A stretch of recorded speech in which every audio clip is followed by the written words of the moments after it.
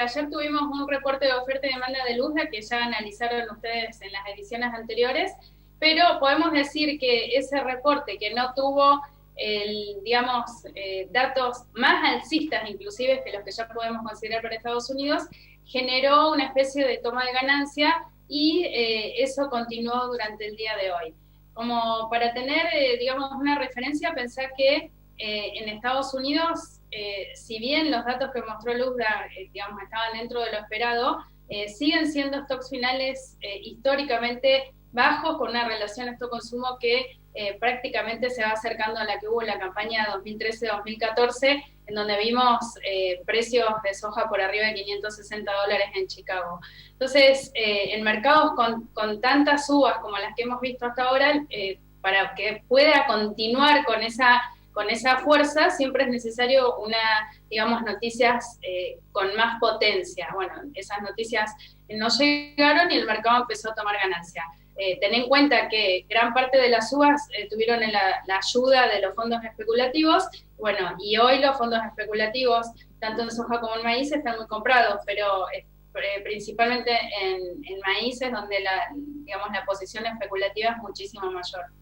Esto que sucedió hoy en el mercado, especialmente con la soja, que otra vez cayó por debajo de los $500 en Chicago, ¿empieza a marcar una tendencia o todavía es muy pronto para hablar de eso y vamos a seguir viendo un mercado que sube y baja, pero con un futuro más alcista que bajista?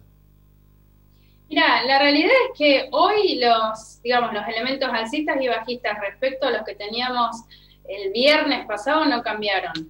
Si vos decís los elementos propios, los fundamentals de la soja, podemos decir que siguen siendo alcistas hasta que se confirme la mega cosecha de Brasil y la cosecha de Argentina.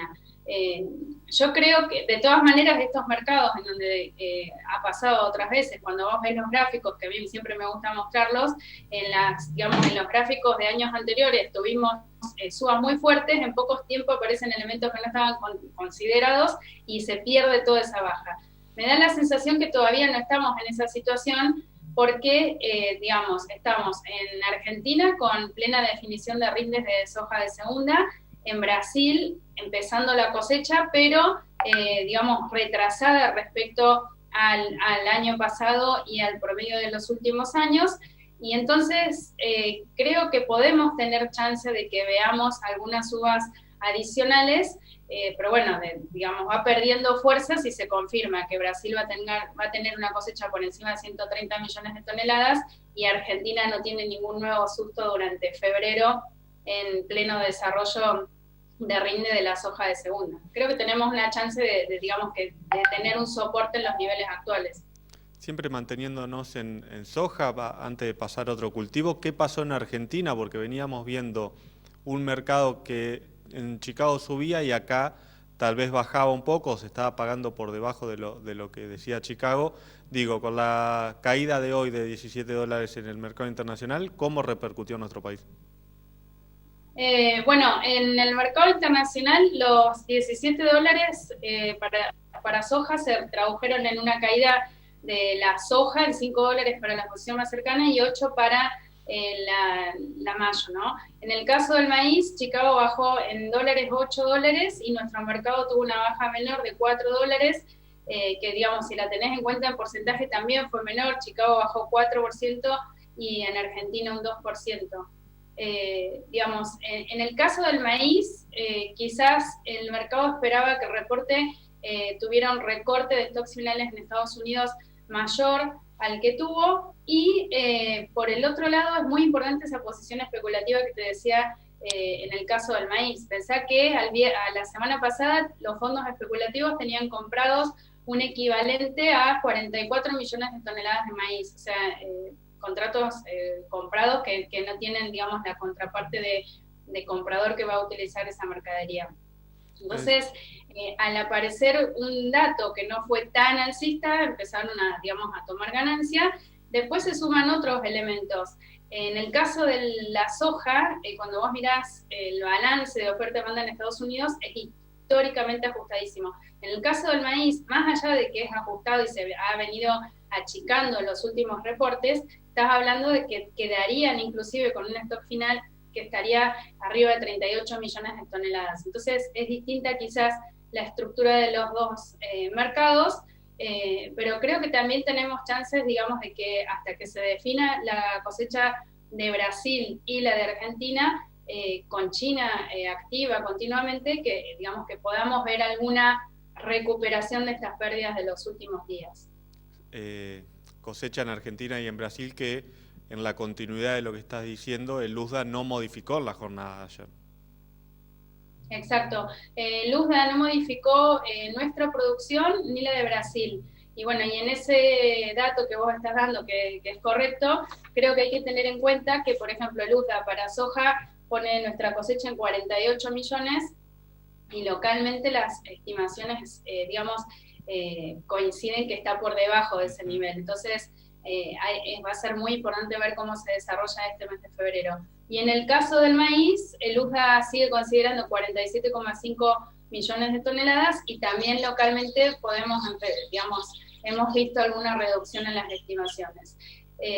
Mañana también sale el informe de CONAB en donde hace digamos, la actualización de su estimación de producción de Brasil en maíz y soja. Bueno, y ese dato también seguramente que va a ser importante para el mercado. En el caso del trigo, ¿la baja de hoy se debe a que fue arrastrado por el resto de los granos o tiene fundamentos propios también? No, yo veo más digamos, un arrastre del resto de los granos. Pensá que en el caso del trigo, a nivel mundial, el USDA redujo los stocks finales mucho más que lo esperado y veo más digamos, que es una copia de lo que pasó con el resto de los mercados. El trigo viene teniendo dificultad como para marcar una tendencia definida. Si lo seguís todas las semanas, tiene días de subas interesantes que al día siguiente cambian, y bueno, y todo eso en general en el trigo tiene que ver con las definiciones, por un lado, de lo que hace Rusia respecto a apertura de su mercado o cierre o definición de cuotas de exportación, si pone derechos de exportación, en qué nivel, a partir de cuándo, todas esas noticias que van moviendo los mercados. Y en los últimos días empezamos a ver riesgos de heladas, o que se empieza a hablar de que puede haber problemas de daños por helada en algunos lugares de Estados Unidos y también en la Unión Europea. Entonces esos serían los elementos del trigo, pero hoy me da la sensación que fue más un seguidor que digamos, que haya tenido elementos propios. Te llevo a Argentina y a una situación que se estuvo dando en los últimos días con la posibilidad de aumento de derechos de exportación. Acaba de terminar hace un rato nada más la reunión del presidente con la mesa de enlace, donde se comprometió aparentemente a no realizar ninguna modificación, ni tampoco ninguna intervención en los mercados.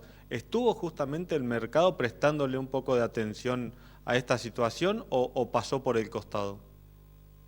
No, eso que estás diciendo viene, digamos, bueno, ustedes lo saben mejor que nadie porque lo informan continuamente. Hace unas semanas, desde diciembre que estamos con estos posibles cambios en la manera de comercializar, y eso también lo tiene en cuenta el mercado internacional. O sea, hoy, digamos, hace más de una semana en los reportes internacionales hablan de la posibilidad de que haya un aumento de derechos de exportación en Argentina, y no solo en estos reportes hablan de que puede ocurrir en maíz y trigo, sino que también lo dan como un probable que ocurra en el caso de soja. Esto de acuerdo a lo que, digamos, analistas internacionales comentan. Los mercados han venido teniendo en cuenta eso, y es más, hoy, digamos, dentro de las causas de las bajas que vimos también en el mercado internacional, justamente uno de los elementos que se consideraba era el hecho que frente al riesgo de aumento de derechos de exportación en Argentina hubo una mayor cantidad de ventas por parte de los productores. Si vos ves cómo han venido las ventas en las últimas semanas, veníamos entre 500 y 600 mil toneladas de ventas semanales, de acuerdo al Ministerio de Agricultura, de maíz y soja de la nueva campaña, y ahora salió el nuevo reporte al 3 de febrero, y digamos, en esa semana hasta el 3 de febrero, en el caso del maíz, fueron bastante por encima de 1 millón de toneladas, y en el caso de soja de 1 millón de toneladas. Entonces tenés este efecto que vos mencionaste, digamos, muy acertadamente, que hace que haya una mayor oferta por el lado de Argentina,